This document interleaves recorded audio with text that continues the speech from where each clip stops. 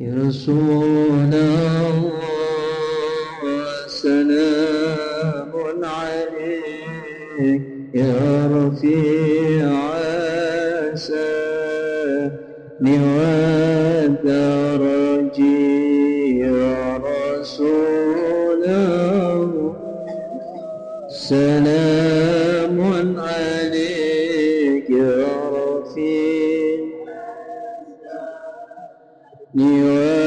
والدرج كل بيت أنت ساكنه ليس محتاجا من الفتن يا رسول الله سلام يا رفيع الشان ربي فانفعنا ببركتهم ودنا حسنا حرمتهم وامتنا في طريق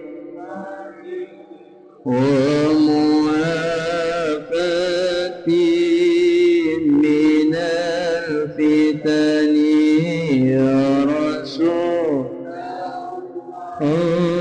سلام عليك يا ربي والدرج أنفت جيرة يا وهيل الجود بسم الله الرحمن الرحيم السلام عليكم ورحمة الله وبركاته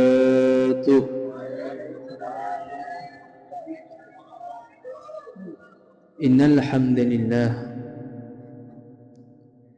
نحمده ونستعينه ونستغفره ونعوذ بالله من شرور أنفسنا ومن سيئات أعمالنا من يهد الله فلا مضل له فمن يضلل فلا هادي له أشهد أن لا إله إلا الله الملك الحق المبين وأشهد أن سيدنا محمدا عبده ورسوله صادق الوعد الأمين اللهم صل على سيدنا محمد صلاة تجعلنا بها من أهل العلم ظاهرا وباطنا وتحشرها بعبادك الصالحين في الدنيانا وأخرانا وعلى آله وصحبه وسلم أما بعد Hadratal muhtaramin, para alim ulama, para kiai, tokoh agama, tokoh masyarakat, para guru ngaji, para muallimil Quran, wabil khusus sepuh kita bersama Pak Haji Fathur Rahim, Ketua Ranting Nahdlatul Ulama Bapak Haji Samsul, Ustaz Abdul Rahman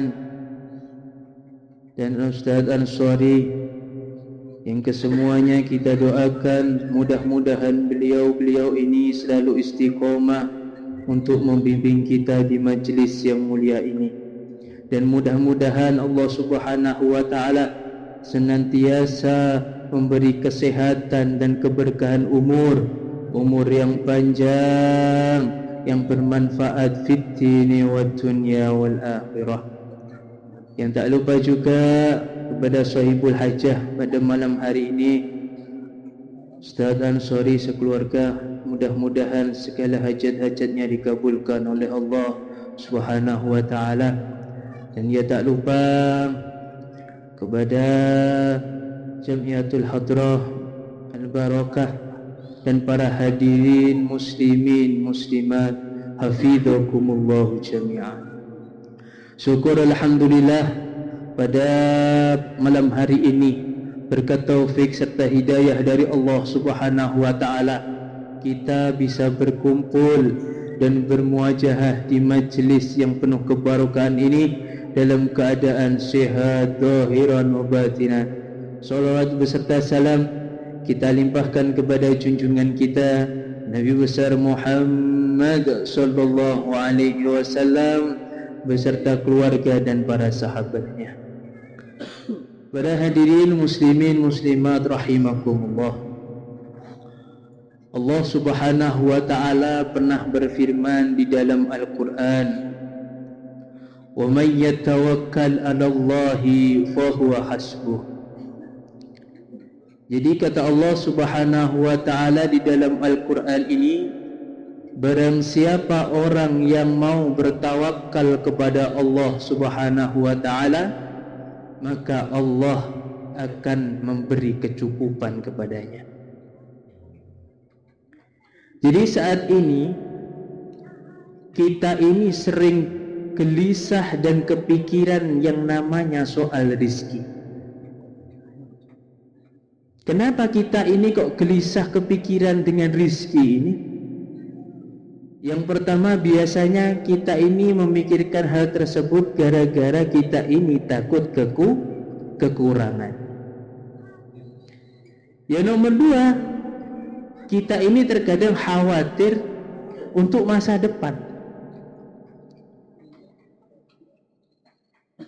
Dan pemikiran-pemikiran seperti ini biasanya para ibu-ibu rumah tangga.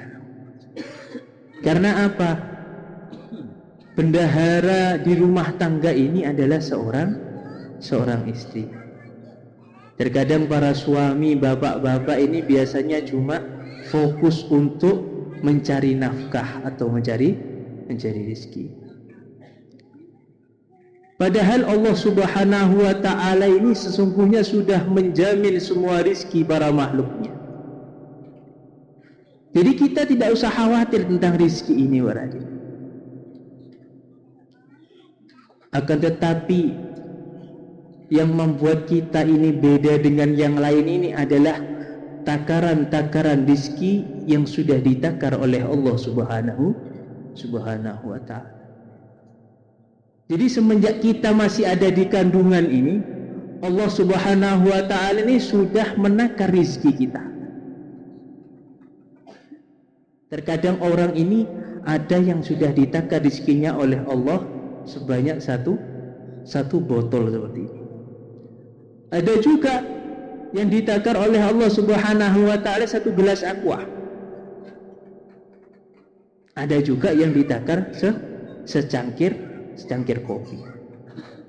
Dan semua takaran-takaran yang sudah ditakar oleh Allah Subhanahu wa ta'ala untuk kita ini, itu adalah yang terbaik untuk kita. Jadi takaran rizki ini tidak bisa untuk diirikan. Terkadang ini ada orang yang suka iri dengan rezeki orang. Ada orang lain membeli mobil, dia iri. Ada orang lain membeli sepeda motor, membangun rumah, dia iri. Ini semua sudah takaran dari Allah Subhanahu wa ta'ala. Apa kita mau meminta tambahan takaran rizki ini kepada Allah Subhanahu wa ta'ala?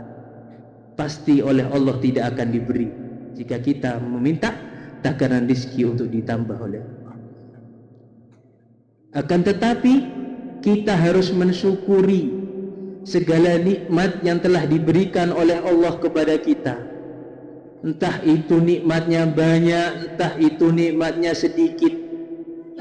Ketika nikmat tersebut kita syukuri, maka Allah Subhanahu wa ta'ala pasti akan menambahkan nikmat tersebut. Nah, tugas kita ini apa terus?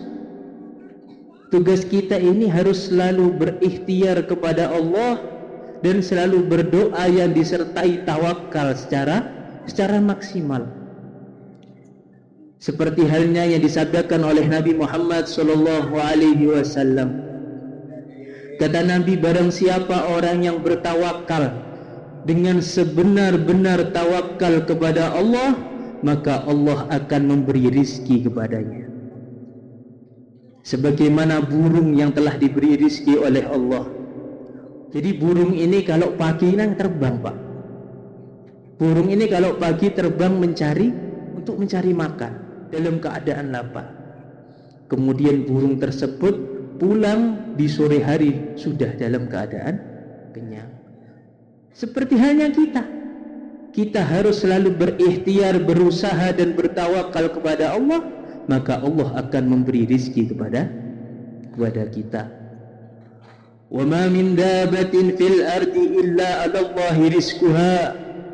Kata Allah di dalam Al-Quran, tidak akan ada satu makhluk yang melata di muka bumi ini kecuali Allah lah yang akan memberi rizki kepadanya. Makhluk Allah yang seperti kita ini, manusia, hewan dan lain-lain. Semua makhluk ciptaan Allah ini yang memberi rizki adalah Allah subhanahu wa ta'ala, bukan yang lain. Nah, ada beberapa macam kunci-kunci agar kita ini diberi kelancaran rizki oleh Allah subhanahu wa ta'ala. Kunci yang pertama adalah kita ini harus bertakwa dan bertawakal kepada Allah. Wa man yattaqillaha yaj'alu mahraja wa yarzuqhu min haitsu la yahtasib. Kata Allah subhanahu wa ta'ala, barang siapa yang bertakwa kepadaku, maka Allah akan senantiasa membukakan jalan keluar baginya, dan Allah akan memberi rizki dari arah yang tidak disangka-sangka.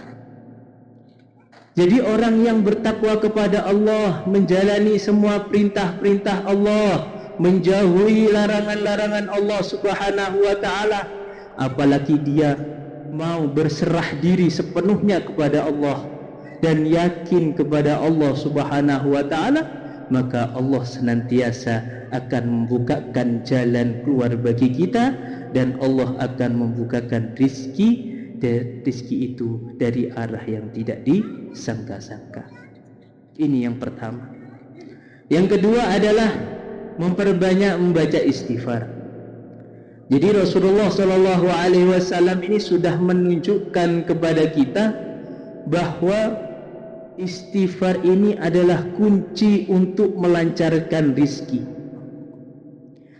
Sebagaimana yang telah dikutip di dalam salah satu hadis Ibnu Abbas radhiyallahu an, bahwasanya barang siapa orang yang mau memperbanyak membaca istighfar kepada Allah subhanahu wa ta'ala, maka orang tersebut akan diberi jalan keluar dari segala kesedihannya oleh Allah subhanahu wa ta'ala, dan Allah akan melampangkan segala kesempitan-kesempitannya, dan Allah juga akan memberi rizki dari arah yang tidak disangka-sangka. Dengan membaca istighfar, kita istiqomahkan membaca istighfar ini setelah sholat minimal 50 kali, minimal 100 kali, lebih banyak lebih baik. Dengan kita memperbanyak meminta ampun kepada Allah subhanahu wa ta'ala, maka Allah subhanahu wa ta'ala senantiasa akan memberi kelancaran rizki kepada kita. Kunci yang ketiga adalah bersilaturahmi dan bersedekah. Nah, dengan bersilaturahmi ini kita bisa memancing untuk melancarkan rizki. Di dalam salah satu hadis ini yang diriwayatkan oleh Imam Bukhari wa Muslim. Jadi barang siapa orang yang mau diperluas rizkinya oleh Allah dan diperpanjang umurnya oleh Allah, maksudnya dipanjangkan umurnya oleh Allah, maka sambunglah tali silaturahim. Jadi dengan kita bersilaturahim ke keluarga, ke sanak famili, saudara, guru, teman, sahabat dan lain sebagainya. Maka dengan cara itu Allah Subhanahu wa taala akan memberi kelancaran rezeki kepada kita. Apalagi dengan bersedekah para hadirin. Seumpama kita mempunyai rezeki yang lebih, kita sedekahkan di masjid, anak yatim, fakir miskin. Karena sesungguhnya dengan kita bersedekah ini kita tidak akan dimiskinkan oleh Allah. Akan tetapi dengan bersedekah Allah Subhanahu wa taala akan melipat gandakan rezeki kita. Contohnya, ketika kita lebih rezeki, kemudian kita beramal di masjid, amalnya jangan banyak-banyak, seikhlasnya, yang penting kita ikhlas. Seumpama kita masukkan 5.000 di kotak amal masjid, maka Allah Subhanahu wa taala akan mengganti rezeki panjenengan semua dengan 5 kali lipat. Apalagi yang kita masukkan 100.000, maka akan 100 kali lipat Allah akan mengganti rezeki panjenengan semua. Jadi dengan bersedekah dan bersilaturahmi ini kita bisa melancarkan rezeki. Yang terakhir adalah jujur dan amanah ketika usaha. Nah, ini paling penting. Sekarang ini kita mencari orang yang jujur ini sangat sulit. Apalagi zaman-zaman sekarang ini banyak penipuan. Apalagi sekarang banyak yang namanya jual beli online. Ketika kita lihat HP, kemudian kita ingin membeli baju atau sandal dan lain sebagainya. Nah, di gambar itu biasanya baju itu bagus. Akan tetapi ketika kita pesan dan sampai di rumah, ternyata baju tersebut ada yang sobek dan ada yang dan sebagainya lah, banyak. Nah, itu berarti kan contoh kecil ketidakjujuran jual beli online ini. Nah, kata Allah Subhanahu wa taala, kalau orang yang tidak jujur seperti ini, maka Allah tidak akan pernah memberi rezeki kepada orang tersebut. Walaupun orang tersebut mendapatkan rezeki dari Allah, maka rezekinya tidak akan pernah barokah. Akan tetapi dengan kejujuran, ketika kita mesan di jual beli online itu, ketika kita mesan baju atau sandal dan sebagainya, kemudian baju tersebut datang di rumah kita dan baju tersebut sama yang dengan apa yang kita pesan, maka itu termasuk orang ini jujur dan amanah. Maka dengan kejujuran tersebut Allah Subhanahu wa taala akan melancarkan rezeki orang tersebut, dan orang tersebut pasti akan mendapatkan rezeki yang selalu diberkahi oleh Allah Subhanahu wa taala. Oleh karena itu, mari kita harus selalu yakin bahwa rezeki kita ini tidak akan pernah tertukar para hadirin. Yang terpenting bagaimana cara kita mencari rezeki ini dengan rezeki yang halal, dan tidak mencari rezeki dengan cara yang curang.